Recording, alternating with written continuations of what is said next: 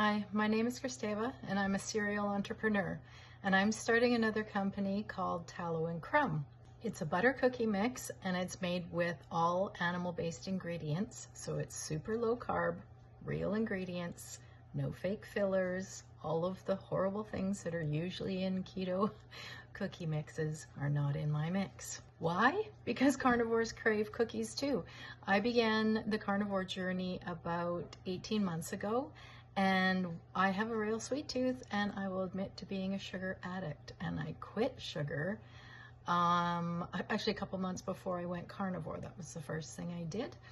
And this last Christmas, I was wanting to make shortbread, but also not wanting to make shortbread, because if I made shortbread with flour and butter and the normal ingredients, I would have eaten the whole pan. What do they say?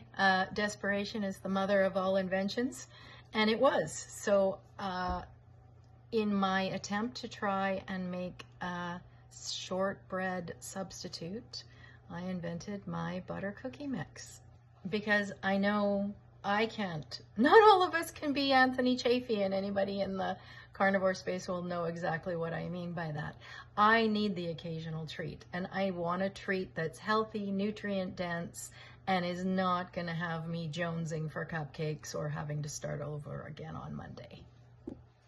And having looked on the market for other keto foods and treats, I discovered that if they exist, then they're full of all kinds of things I don't want in my body. Things that were invented by a chem lab within the last probably 30 years. And I wanted my ingredients to be ancestral. I wanted them to be real. I wanted them to be as carnivore as possible. In other words, I wanted real food, no excuses. Another thing I notice in the keto space is net carbs, which I think is a lie. Your body doesn't metabolize net carbs, and it's kind of I look at it as a big marketing gimmick. They can put a whole bunch of fillers in and fiber and then do some exciting math. Here's the whole carbs minus all this fake fiber we've put in, and then that gives you your net carbs. Well, your body doesn't know what a net carb is. Your body knows what all the carbs are. And the more I look into this sort of space, the more I realize that fiber ain't our friend either, and it wrecks my guts. So these cookies are only 3 grams per cookie, 3 grams of carbs per cookie. Even those ones that are doing the net carb math, they tend to be 17 to 19 grams of carbs per cookie. So this cookie mix is really a lovely little treat. It's truly 3 grams of carbs per cookie. It's nutrient dense, it's animal based. The sweetener is raw date sugar, so it's not sugar alcohols. It should not disrupt your gut.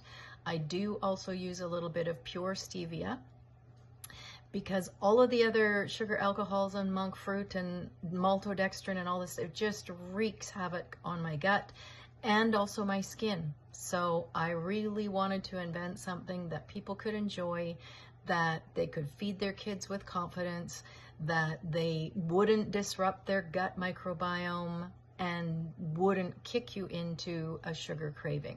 And these cookies don't do that for me. I can eat 2 and fully not be jonesing for more sugar. Another thing I really want to do, it's kind of a challenge to myself to do this. Get in front of a camera, go public, hopefully have some really nice highs to share with you, but also be vulnerable and talk about the realities of being an entrepreneur. I'm a serial entrepreneur, as I mentioned before. I did not do Stolen Harvest in public, but I kind of just thought I would challenge myself with this one and try it. And with Stolen Harvest, because it's alcohol manufacturing, there's been a lot of highs and a lot of real lows. Primarily the lows have to do with the government regulations, and I keep having to remind myself every now and then I could have sworn this was a legal product.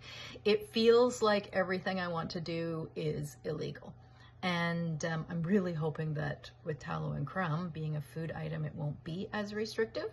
obviously the CFIA, and there will be government regulations to get through, and I've already started with some of those, or not really started with some of those, but started realizing how many there are. But at least I'll be able to sell across Canada.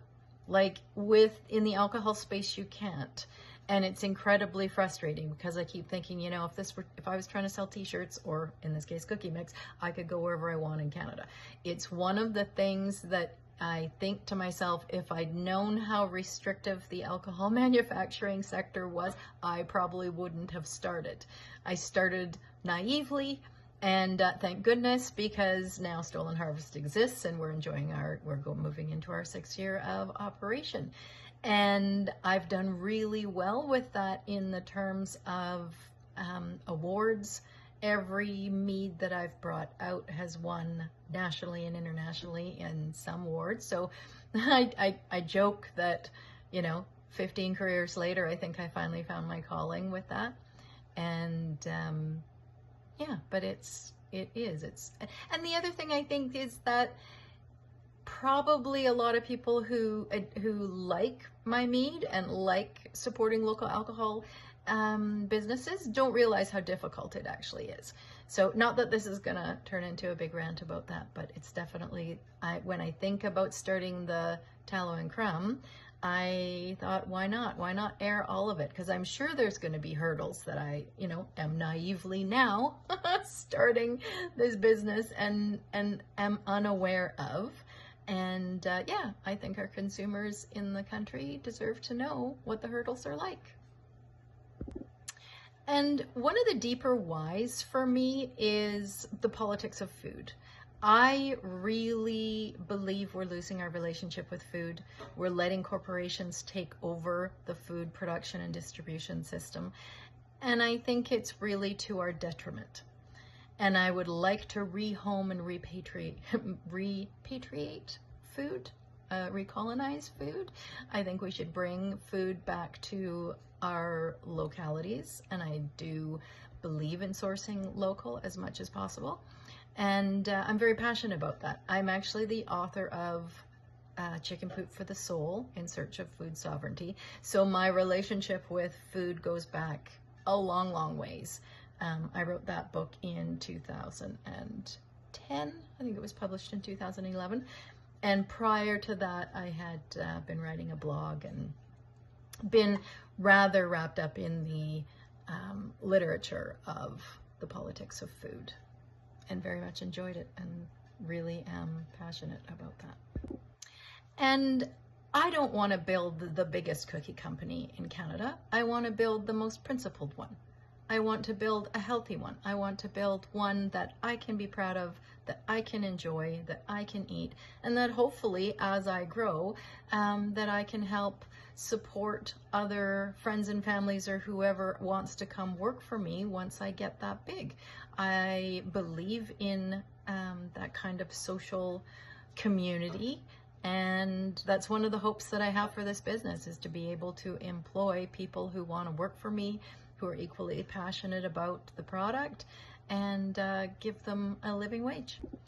I'm also hoping that I garner a following and a community who understand that cheap ingredients aren't real and real ingredients aren't cheap.